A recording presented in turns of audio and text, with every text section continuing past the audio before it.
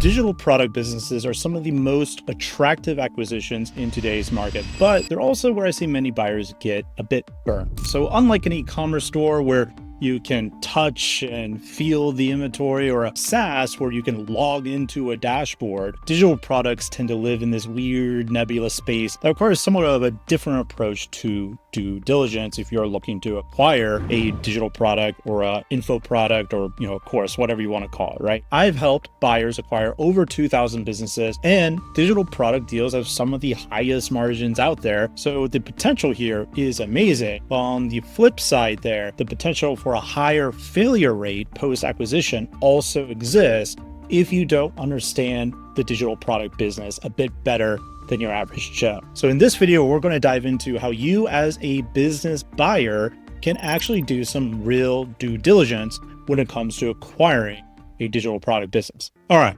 Where do we start with due diligence? Well, just like any other business, we want to start due diligence with the profit and loss statement, right? The financial statements of this business. Those Stripe, the PayPal reports, these are your Bible when you're looking at buying one of these kind of businesses. You want to download the raw transaction date, whatever the seller is showing you in the actual P&L to make sure it's true. Now, here's something you need to know if you've been looking at, say, e-commerce businesses and you want to look at to acquire digital products. The refund rates are going to be pretty different. So it's not uncommon for refund rates to be much higher with a digital product business than what you'd see in, say, e-commerce. If you're looking at a high ticket coaching program or a course, seeing 8 to 15% refunds isn't exactly a deal killer. It's not a red flag. I wouldn't say that's normal per se either. Like, preferably we have no refunds, right? People buy on emotion. And sometimes after the credit card hits, reality starts feeling a lot different than whatever aspirations they had before they went and bought the course. Now, here's something that is,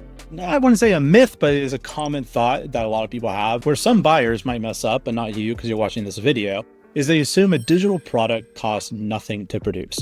This is completely wrong. There's hosting, there's email platforms, there's your payment processing, there's your customer support, and often ongoing content updates. So a course platform like Teachable or Circle or another membership platform might cost you easily hundreds of dollars per month, depending on what kind of feature sets you need. And another thing you want to look for is something that can happen, especially in the course world of the digital product world, is the monthly recurring revenue.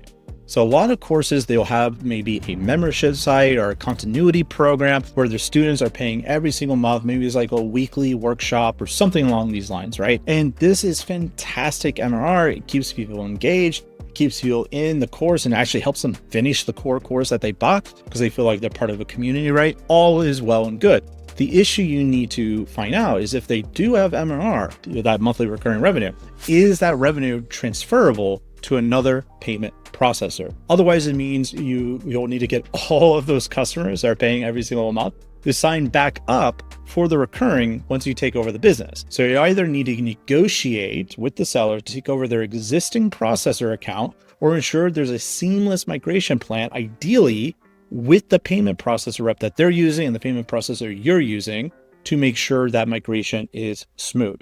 All right, let's talk about marketing and traffic. So digital product businesses, you live and die by the lead generation. It is the most crucial part of the whole business in my view. So most successful digital product businesses, they have 4 core traffic sources. And those 4 core traffic sources are paid media, organic content, email marketing, and affiliates. So let's start with the content strategy. So the first thing you want to ask when you're doing your due diligence, is there a content strategy, an SEO-based strategy, or is it a social media-based strategy? Because these are going to be two different things, right? Content-driven digital product businesses are golden because that traffic compounds over time. But if their organic reach is declining, that means you're buying a depreciating asset, right? So ideally, we don't want to do that. And of course, sometimes that content, even if it's very successful, is a double-edged sword. So if the business is heavily personality-led, something we'll talk about shortly, that can make their whole content strategy much harder for you to replicate. So in the case of a podcast or a YouTube channel, is it them in those videos? Is it them on the podcast? That makes it much harder to transition. First, let's talk about email lists. So you want to look just not at the size. So let's say they have a 50,000 person list that hasn't been mailed in 6 months. this is worthless. Those 50,000 people have no clue who this person is. People forget what they signed up for literally 20 minutes later, and you should price that in to your deal structure. You should not be paying for an untested list. So some stuff you want to check with email is open rates, click rates, and most importantly, their email automation sequences. So a well-built email funnel that is automated can turn a $10 Facebook ad spend into $500 in revenue for you, which is amazing. And this is exactly what you want. Now let's talk about affiliates. The top affiliate might be driving 40% of the revenue of the entire business, and they have zero obligation to keep promoting your product. They can just stop anytime they want, right? So this is unreliable traffic. Well, all traffic is somewhat unreliable, but this is specifically unreliable when they're making up 40% of your revenue, right? That's pretty scary. Ask me how I know. I run a referral program for Empire Flippers, which, by the way, you can sign up for. I just paid a referral partner $80,000 for referring one deal, and that could be you. So, hey, sign up and don't be like most affiliates, and I'll pay you out. You can sign up with the link below in the description. Back to the affiliates here in your due diligence. The vast majority of affiliates will likely produce nothing, as I said, which means you need to focus on the top producers of these affiliates. The reason why you want to look at these is because sometimes these top affiliates can make incredible future bolt-on acquisitions down the road. Now, if you're not familiar with a bolt-on acquisition, just basically means you're often buying a smaller business, combining it with your business, and by doing that, they both explode and it's very happy days, right? So that's a bolt-on, and top affiliates can make incredible bolt-ons for your business. Now let's talk about paid advertising. This is where digital products get a lot more interesting, at least in my view. So unlike e-commerce, where you need at least a 3-to-1 return on ad spend to be profitable, with digital products, you don't need to be that crazy to print money. You can be at 1.5 ROAS or 1.6 ROAS because digital products have amazing margins. A $97 course that costs less than $1 to deliver can afford much lower returns on the actual ad spend. So with paid media, you really have the golden goose for a solid digital product. So you can scale paid media almost like really like nothing else into truly life-changing money with a digital product business, because there's nothing that's bottlenecking you in delivering more products. So if paid ads are not working for a digital product business, what it usually comes down to is two things: terrible front-end conversion / front-end offer, in the back-end economics of the marketing funnel. If you're using paid media, at least, to be successful, you need an average order value of $90 to $150 to make paid media work. Because if they're trying to scale, say a $27 product on the front end with no upsells, well, good luck making Facebook happy. It's unlikely to work, because it may work great out of the gate, but anytime you scale any paid media campaign, you can expect your overall conversions to go down as you get to more progressively colder audiences. So the first thing you need to focus on when it comes to paid media is getting the front end conversions right, but also getting the back end right to where there's more things you can sell them, right? Where there is a potential for someone to come in and spend really, really big money that makes the entire thing worthwhile. All right, let's talk a little bit about operations, the bit of the invisible infrastructure when it comes to doing due diligence on a digital product business. First, we want to verify how the product actually gets delivered. Is it an instant download? Is it a membership area, drip fed through email, say like a premium newsletter? Each delivery method has a bit of a different technical requirement and potential failure points. So you want to know, like, how does a customer actually get a hold of these products, right? And then you want to check their support setup. There's times where people will forget their passwords very, very often. They can't figure out the downloads. They want a refund, but all this kind of stuff. Something goes wrong in your automation tech stack.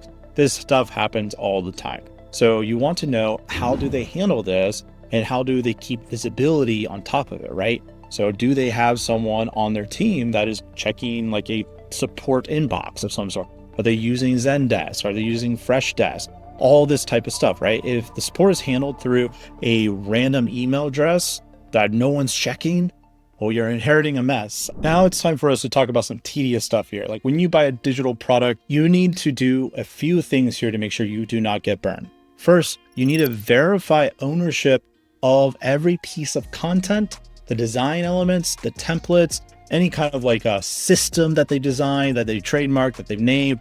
Did they create all the course videos themselves, or did they license the content that they're selling, which is a thing that happens sometimes? So are they using stock photos they actually have rights to, or is something they just downloaded from the internet, right? There's nothing wrong with buying a course where the seller is taking heavy inspiration not only from their own experiences, but their own research. There's nothing wrong with that, but we want to make sure it's in their own words. They're not copying something, right? Luckily, if you use Empire Flippers, we vet this type of stuff, so you're going to be all right. Still, you should check it though, because vetting and due diligence are two different things, right? Another thing you want to pay attention to in terms of the content of a course that you're buying is whether the content is evergreen or is it time sensitive. So this depends on who you are as a buyer. This might be important, it may not be important.